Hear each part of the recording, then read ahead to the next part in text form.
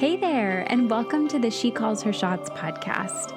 Every week, we chat through different business building topics that will help you gain clarity around your goals, find inspiration in your journey, and also help you create a life and a business that you love. My name is Krista, and I'm a wedding and brand photographer and your go-to no-fluff business coach. In these episodes, we talk through both the tactical strategies, habits, and the mindset work that will help you take those really big leaps. And we always focus on the real talk and the behind the scenes of what it takes to create a sustainable and a thriving business.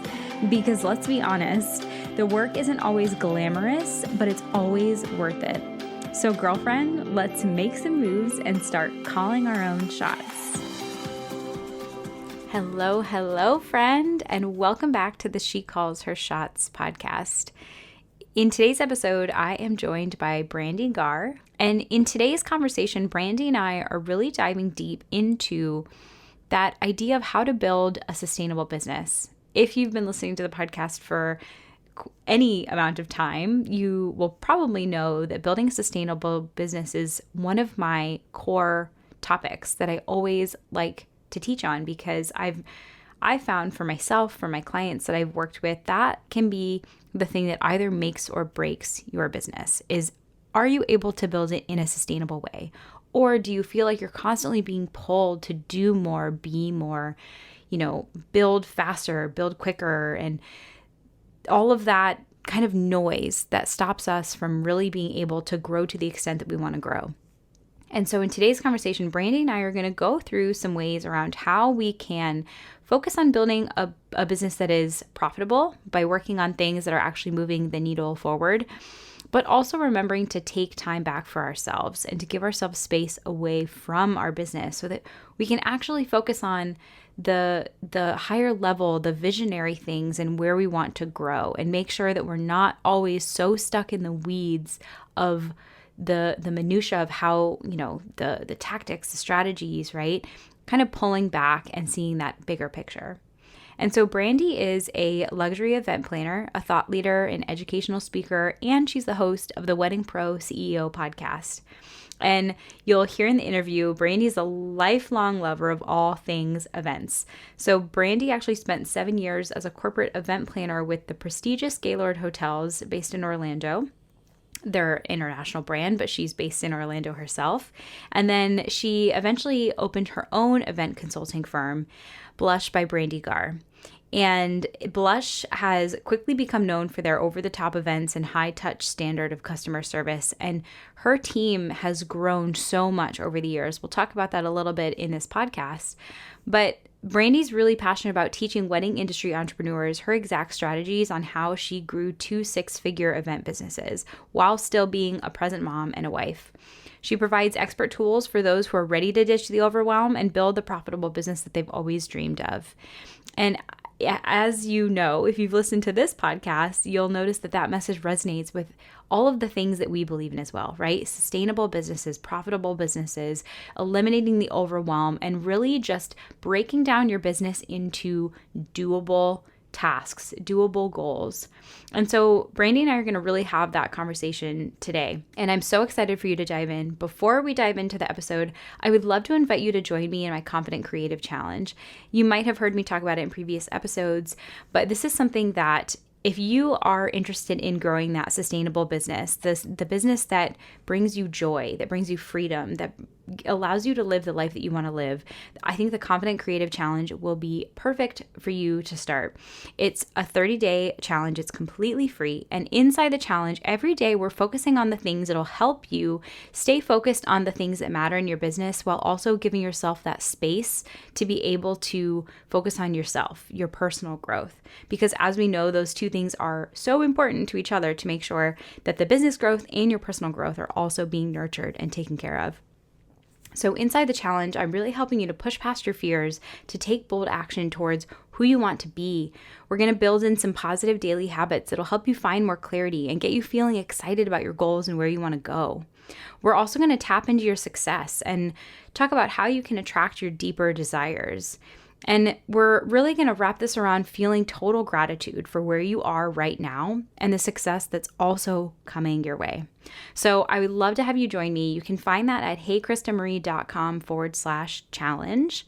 And like I said, it's completely free, 30 days. You can come back to it as many times as you'd like. And I really think it'll help you set that baseline to build the business that feels joyful and that gives you the clarity of the big picture growth of where you want to go. So all of that said, I'm so excited to dive into this conversation. So let's go ahead and have a chat with Brandee. Hello, Brandee. Welcome to the podcast. Oh, thank you so much, Krista, for having me. I am so excited. This is going to be fun. Yes, me too. And fun fact, Brandee and I actually knew each other from Orlando, Florida. And that's where you're based in Orlando still. Is that right? Yeah. Love Orlando. I've been here since I was 5, so I don't know what it would ever be like to move, but yeah. It's great. We actually just visited there last week. Yeah, we were in Orlando. Okay. We spent a day in Universal. It was really fun. It was nice to be back in my old hometown. All the amusement parks. It's what we're known for, right? Yeah. But I'd love to kind of, before we dive into the topic today, I know we're really going to focus in on how we can, as creative business owners, especially in these first few years, or even if we're 5 to 10 years in our business, I feel like this is a common struggle of how do we grow a business that feels sustainable, where we can protect our own time, but still work on the things that'll move the needle forward and will still bring in revenue in our business. So I'm so excited about that topic today. But before we dive into that, I'd love for you to take us back to the beginning a little bit. How did you first get started in your business? What has that looked like, your journey from then? And then maybe we can get into what it now looks like and how it's evolved. Yeah, for sure. I actually was a corporate event planner here at one of the big hotels in Orlando right out of college. I always like to acknowledge the fact that I think I had a little bit of a charmed entry into the hospitality space. Like I don't take for granted that we had a major hotel opening right when I was graduating. The director of catering was a good friend of my current boss at the time. And so I really got to move up the ranks quickly there. I learned so much from him. He kind of took me under his wing and taught me a lot about the industry, how to understand the way a hotel works, sold out, oversold, how to forecast, budgeting and numbers, and how to really lead well. Like that was one of the things I feel like I learned so much from that job, was how to be a great leader and how to care about your people and how to really invest in them. And so that was just a great experience all around. So I was there for 7 years, and then we had our first daughter. And as great as that job was, I loved it so much. I was still a corporate meeting planner. And so I would sometimes go 5 or 6 days without seeing my daughter awake because I had a show in house. And so they owned you, while you were there. Yeah. And I just thought, I don't think I can do this for the rest of my life. And so I had an opportunity to leave and start working with a local planner. And I started working with her. She was amazing, but she quickly let me know, I really don't want to build a big kind of empire. I really just was doing this to kind of add some additional income to my family, and I needed some help. And I was like, oh, I don't know how to do that. I do want to build something really big. And so she was like, well, if you'll still help me, feel free to start your own company, which never happens, right? No one gets that kind of an opportunity, work for me, but build your own brand. And so I did. So I started Blush in 2007, and 16 years later, here we are. And it was honestly, I was 26. So it was I was the marrying age. All my friends were getting married. All of their friends were getting married. So it was a lot of just tell everyone it was before social media really was a thing, and which always makes me think oh my gosh, makes me sound so old, right? But Instagram's not that old, people, okay? Yeah. So starting a business pre-Instagram was so different, and it was a lot of just relationship building, telling people that this is what I do now and I can help. But we built a team really quickly. I knew I always wanted to be the biggest game in town. That's what I wanted. And so we started building a team quite quickly. And now Blush is one of the biggest wedding planning firms in Central Florida. We do Central Florida, St. Augustine, Tampa, and we have full-time staff, several full-time staff members, and I don't do weddings anymore at all. So I love that it's kind of come full circle to exactly what I had always dreamed I would build. It took a long time to get here, but now I love it. I absolutely love getting to pour into my team and help them build careers in this industry and really be part of so many couples' legacy of what, building this new family that they're creating. Yeah. Wow. That's so remarkable. Because I know when I was starting off, and even to this point, it's interesting because I feel like sometimes you don't know, like, how big do I want to build this? Because I have some photographer friends who kind of knew from the get-go, like, similar to you, where it's like, I'm going to do this now, but I want to build like a team of associate shooters and build a whole thing and be able to lead it.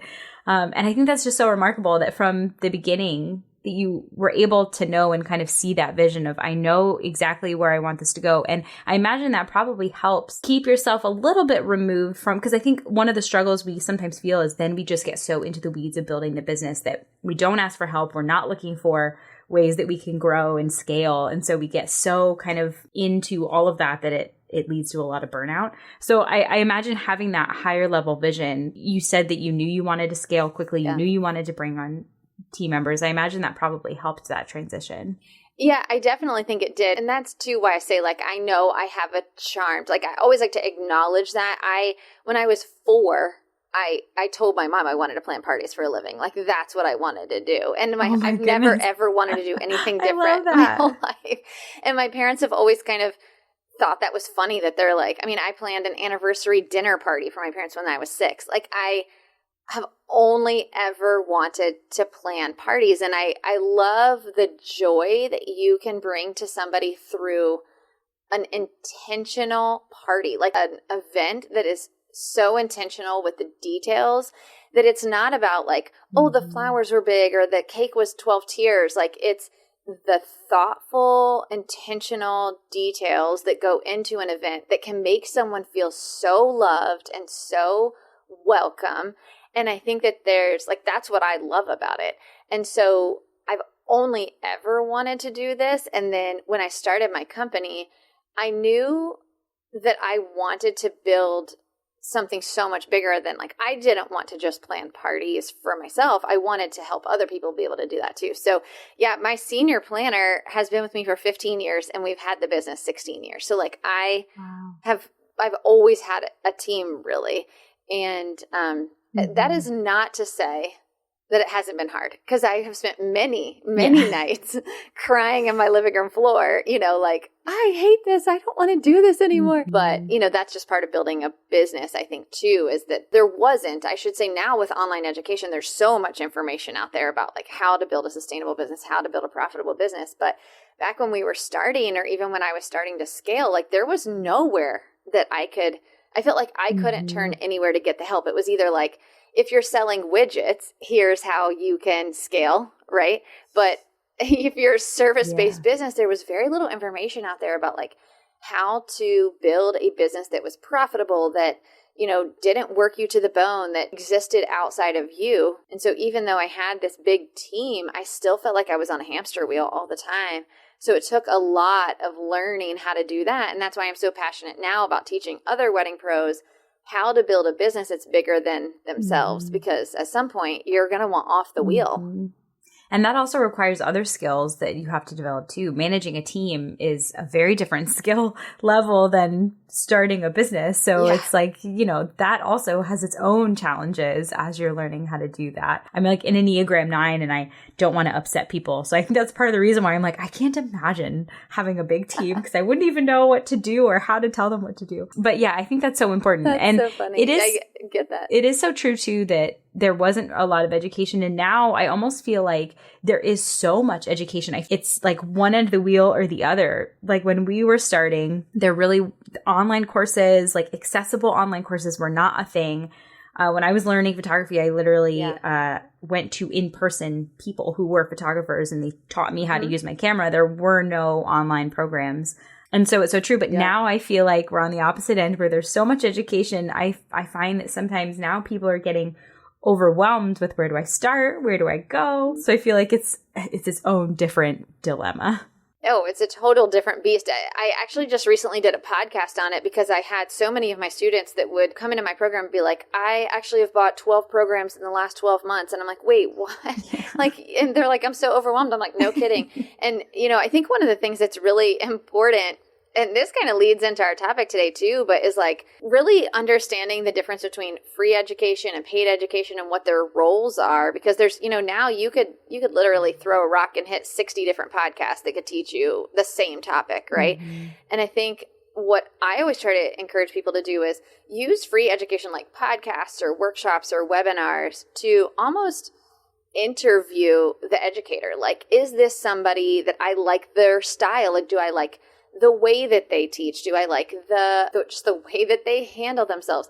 Have they built what I want to build? Do they understand what I've walked through? Not to say that necessarily they have to have built that exact same business, but do they have the same morals and values? And use that free education to kind of figure out, is this the person I want to learn from? And then choose an educator to go all in with for a while.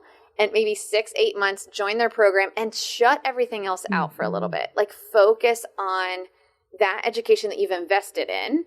And then once you've kind of, okay, I've gotten this, I've mastered this, I've built this piece of my business, then you can start to then look for that next step. Mm-hmm. But I think we get overwhelmed with our time a lot because it's like, well, I have 16 different webinars I've signed up for this week. And that's overwhelming. Yeah.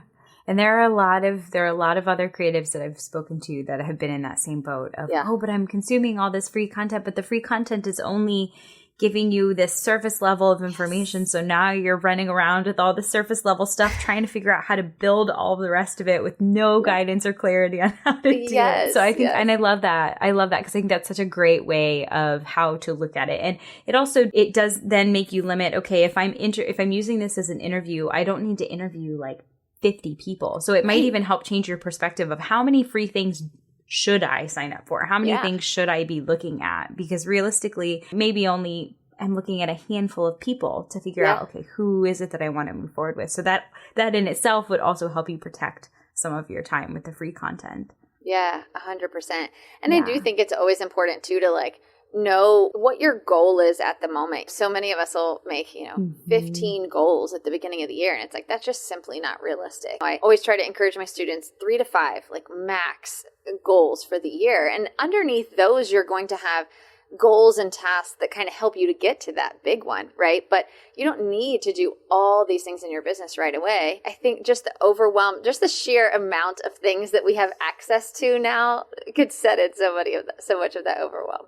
Yeah, absolutely. And goal setting is a big one because I think, and I was actually surprised because when I started working with students one-on-one, one thing I found was that actually goal setting was difficult for a lot of people, or at least realistic goal setting, I guess I should say, and really breaking down the goals into something that was tangible that they could actually work through. And I think that's one thing that for me, and I think for most creatives, is really take a step back and figure out what are my goals, what am I working towards, because that's how you spend your time in your business. So if you're feeling burnout, if you feel like you're doing all the things, take a step back and look at what am I actually working towards, what are my goals.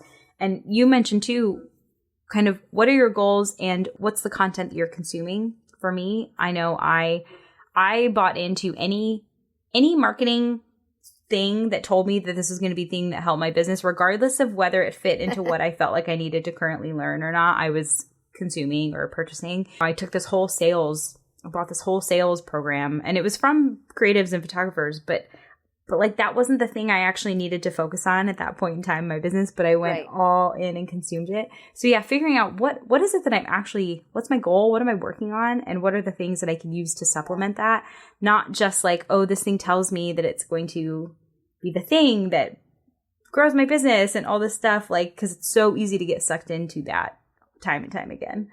It really is. And, it's so interesting. I think it's so important to set that goal and then to give yourself the freedom to let the other things go for now, right? And like, as an educator, I think this is even more important as an educator. I mean, obviously as a wedding pro, I think this is important too, but is, you have to be in all the places, right? It's like I have to be on YouTube and I have to have a podcast and I have to be on Instagram and TikTok and Pinterest and LinkedIn. And oh, by the way, I still have to get back to my clients, right?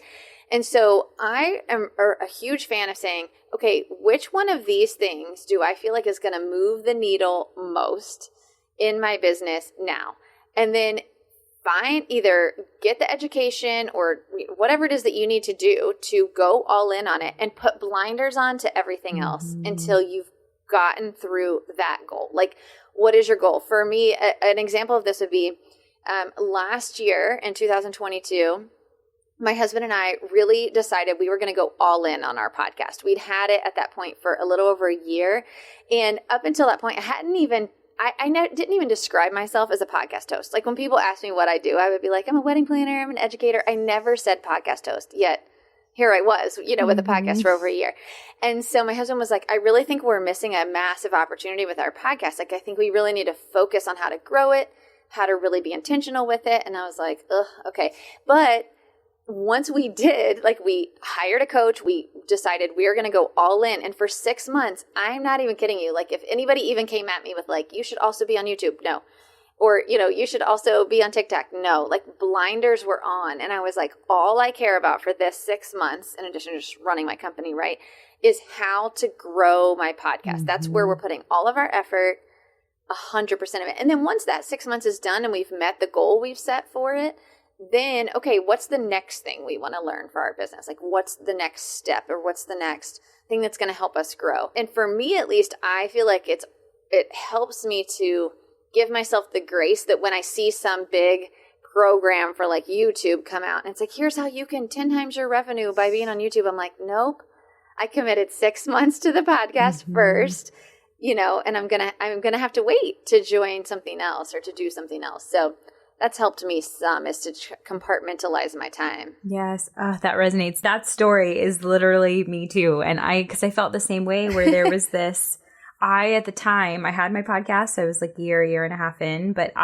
for the first year was kind of on and off. Like there'd be a few consistent months and then a break and then a few consistent months and a break. And at the beginning of 2022, I was like, we're doing this. We're going all in. Every week there's going to be an episode. And also hired a podcast manager who helped me grow it and things like that. But that made such a big difference because prior to that, I was also trying to spread myself so thin on Instagram and Reels and also creating content. And then, hearing people tell me, you have a podcast, you should also put blog posts up for all of the episodes and you should also be on Pinterest. And it was this overwhelming feeling of I don't have the money to be able to have people do this for me, and I don't have the time to be able to do this well, sustainably. Yeah. And so it was very similar to me where I was like, all right, we're just going to go all in on this one thing. And now one of the biggest transition I think that has helped me so much for my mental health and just my time, it's interesting because Instagram now has become a thing where I've created a plan that's reasonable for me to post and share, but I also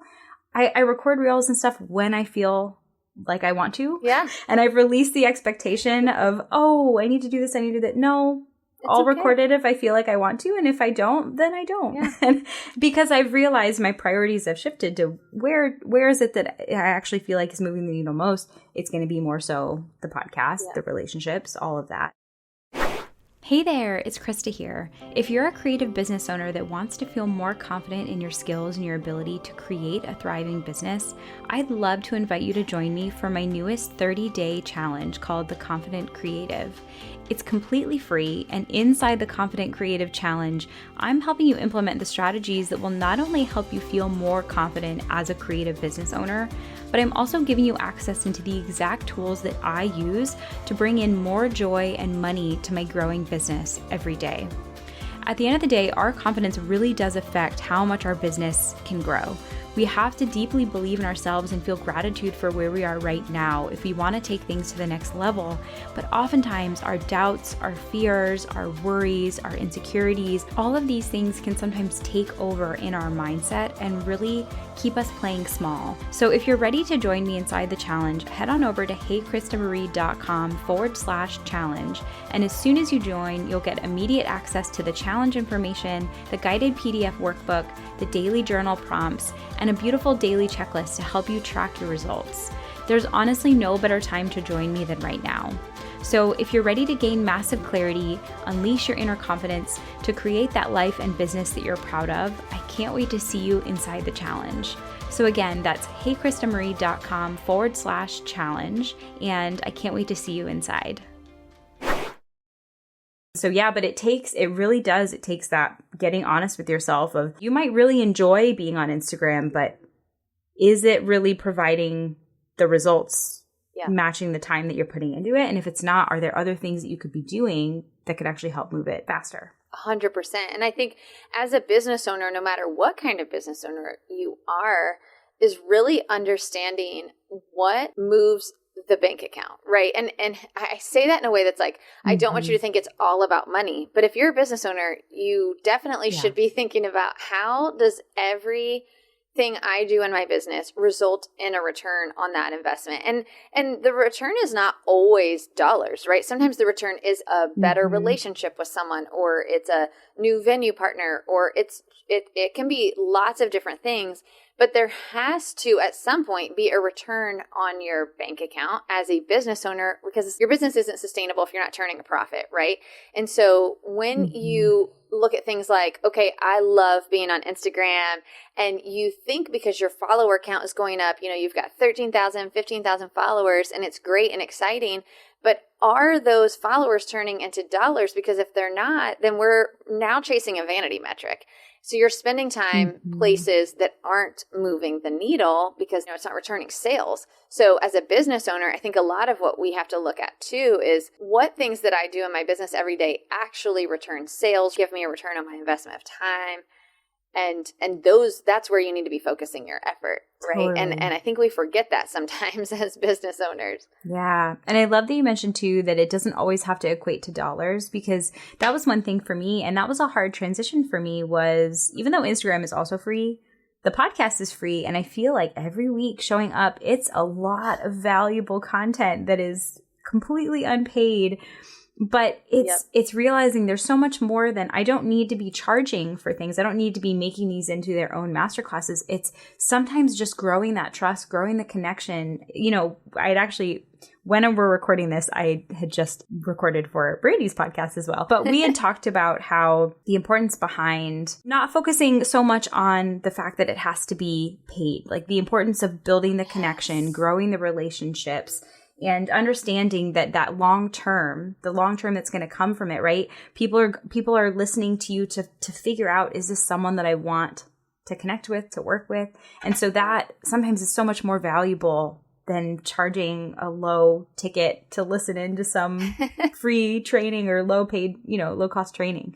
So yeah, I love that you said that, because it doesn't always have to equate to dollars, but sometimes that's a hard thing for us to realize, is maybe I don't have to charge for everything, but how can I do it in a way that actually is going to make a difference in some capacity? Yeah, and I do think that that's important. I think the podcast is a great example of that. If you're showing up every single week, Krista, and you're doing a podcast every single week, and it's a lot of time. It's not just the time you sit down in front of the mic. Like, we all know that, hopefully, right? And it's sometimes money. Like you said, you have a podcast manager now, and there's money that goes out for it. If you're doing that, and every single week you are not seeing downloads go up, like it's just staying stale, like your numbers aren't moving, growing a podcast is a slow churn, guys. If you're, just in case you don't know, it's a slow churn, and it's painful sometimes, but you do always want to see that consistent growth, right? Even if it's 5 new downloads, it doesn't have to be this virality, but you do always want to be measuring the things that you're doing as a business owner to make sure that there is a return. Like, the coolest thing about the return of a podcast is that you really grow that authority. Like you kind of just said, Krista, you're growing that ability to speak into someone else's life, to impact someone's life, to help a new business owner that you wish you would have had when you started out. I'm sure, I know, I wish I would have had, a coach like you when I was starting out. And it's a great way to get to impact somebody's life, but then to also build into that relationship. And it can be a long game,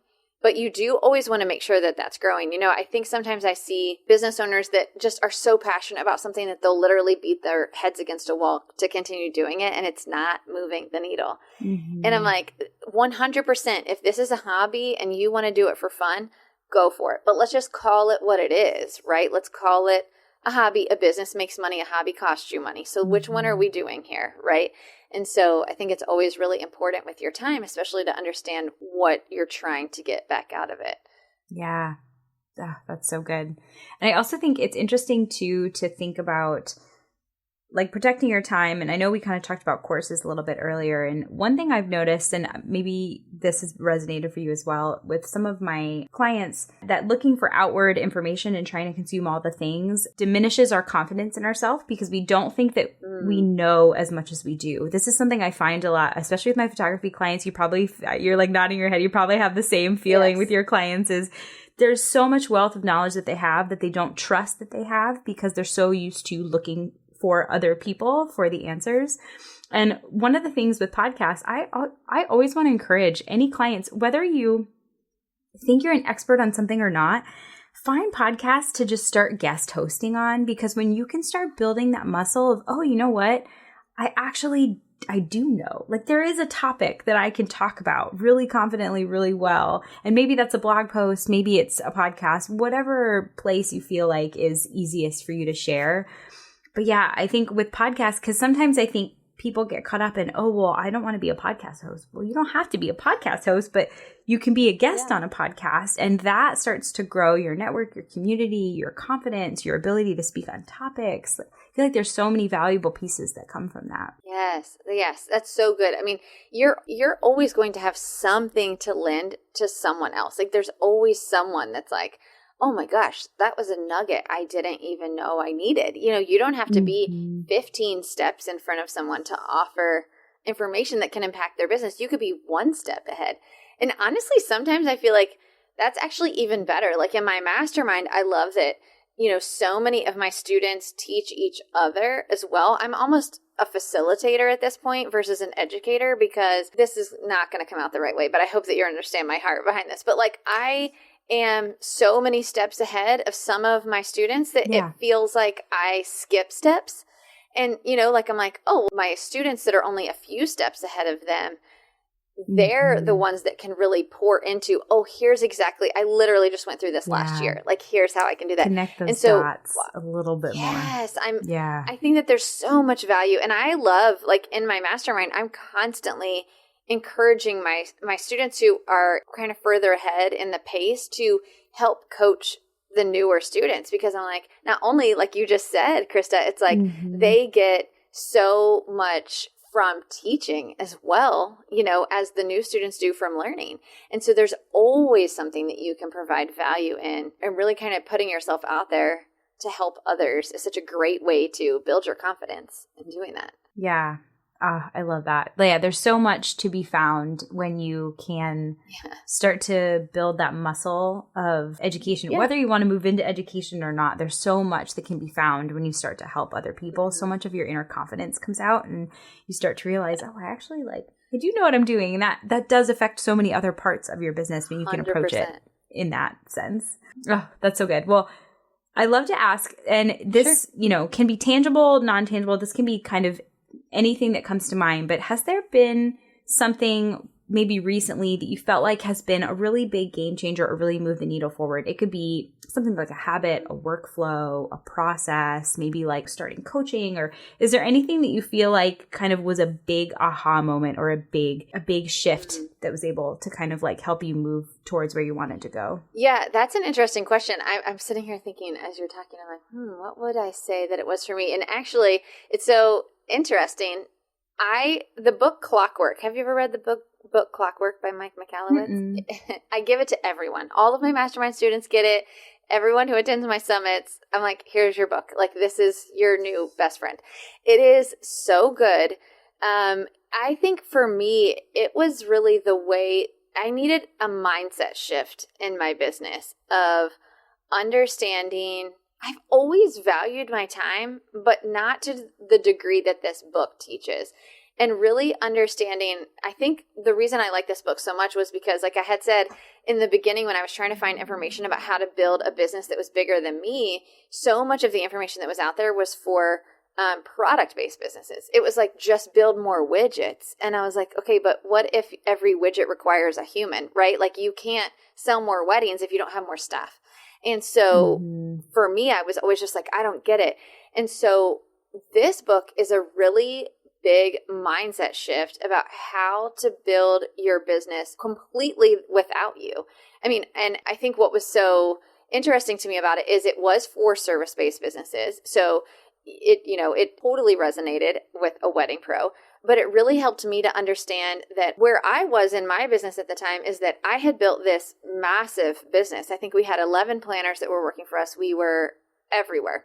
And to be honest, I hated my business. Like I can honestly say I would have been thrilled if it like burned to the ground, except for the fact that it was the only income that comes into my family. My husband and I both work full time for our business.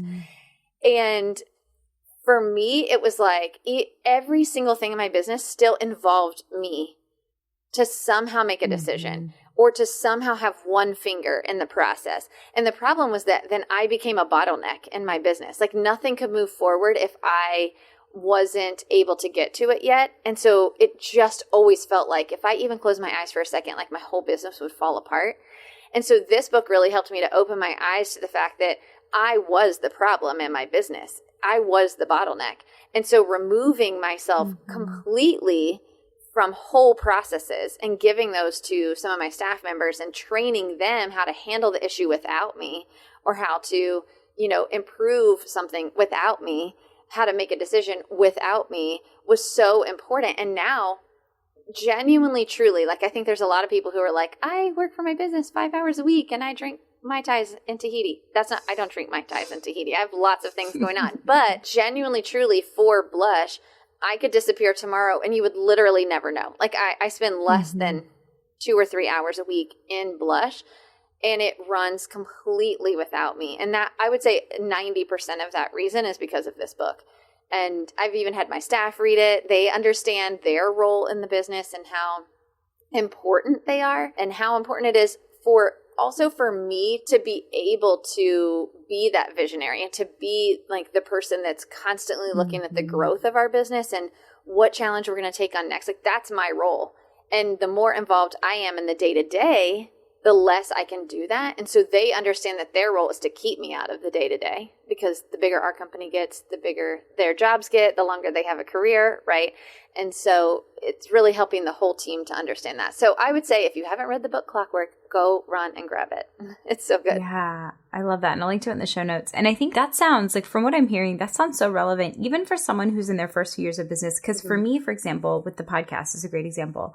I was hesitant to outsource some of the podcasts because it wasn't making a lot of money. I had a lot of mental blocks around it, but recording, editing, doing all the things was just like a lot. And so I had a guest who came on here who was also a photographer who outsources pretty much like, I don't know, a lot of her business. And she called me out after our interview very kindly. She was like, you mentioned you still edit the podcast. Why? And we had a whole conversation around it. And it was, I needed to be able to release that hold of, oh, well, if I'm not doing it, is it going to be done? Like I had to learn how to release that. And I truly think that if I hadn't done that 6-7 months ago, I'm not sure that the podcast would be where it's at now. I now am able to have someone write my show notes and I have a blog that comes from my show notes. And so much of a process has developed because I have now allowed other people to do it. And of course I still have to record and of course I still have to do other things, but it sounds like this book could still be helpful for someone, even if you're just starting to learn how to outsource. It's like,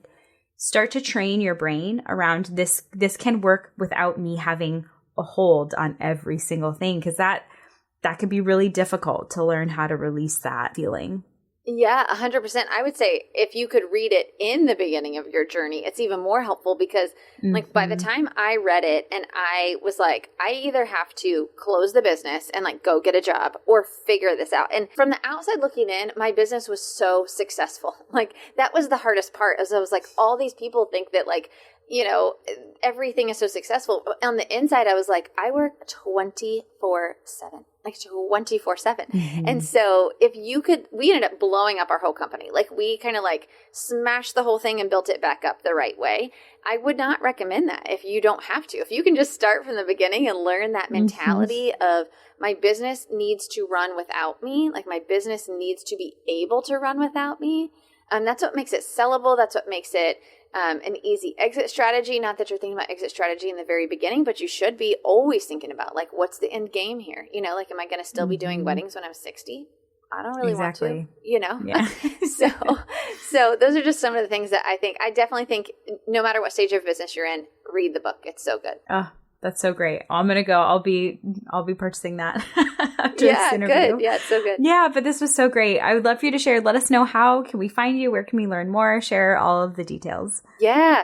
Well, I would love for you guys to come listen to the Wedding Pro CEO podcast. If you're a wedding pro, that's my podcast. I have so much fun with it. We drop episodes twice a week. And very specifically, I think episode 39 kind of really resonates with what we are talking about here today, Krista, which is time. And that episode is called Why Time Blocking Doesn't Work. I love time blocking. I think it absolutely does work, but I go through all the reasons that people say it doesn't and how to combat those. And it really helps you just to get some freedom back in your week and to be able to really focus as the CEO. So that's episode 39 of the Wedding Pro CEO podcast. And then I love Instagram. Like, come DM me, say hi. I love DMs. I'm at Brandee Gaar on Instagram. Come over and give me a shout. Say hi. I love that. Yes, definitely go check out the podcast, check out episode 39, and also listen to the other episodes too. Yeah. But thank you so much. This was so great. And I know this is going to be so helpful, again, as we're in this season of kind of middle part of the year, beginning to middle part of the year, everyone's thinking about their goals and how they can grow. And so I think this topic is so timely and so important for us to remember. Yes, it's so good. Thank you so much, Krista, for having me. This was great. One last thing before you go. I'd absolutely love it if you left a review on Apple Podcasts. Or if you've already left a review, I'd love for you to share this episode with your business bestie. I love getting to shout out my listeners on the show, and the more listeners that we have, the more that I can help others create a thriving and sustainable business too. Thank you so much again for being a part of this community, and I can't wait to hear your takeaways from today's episode.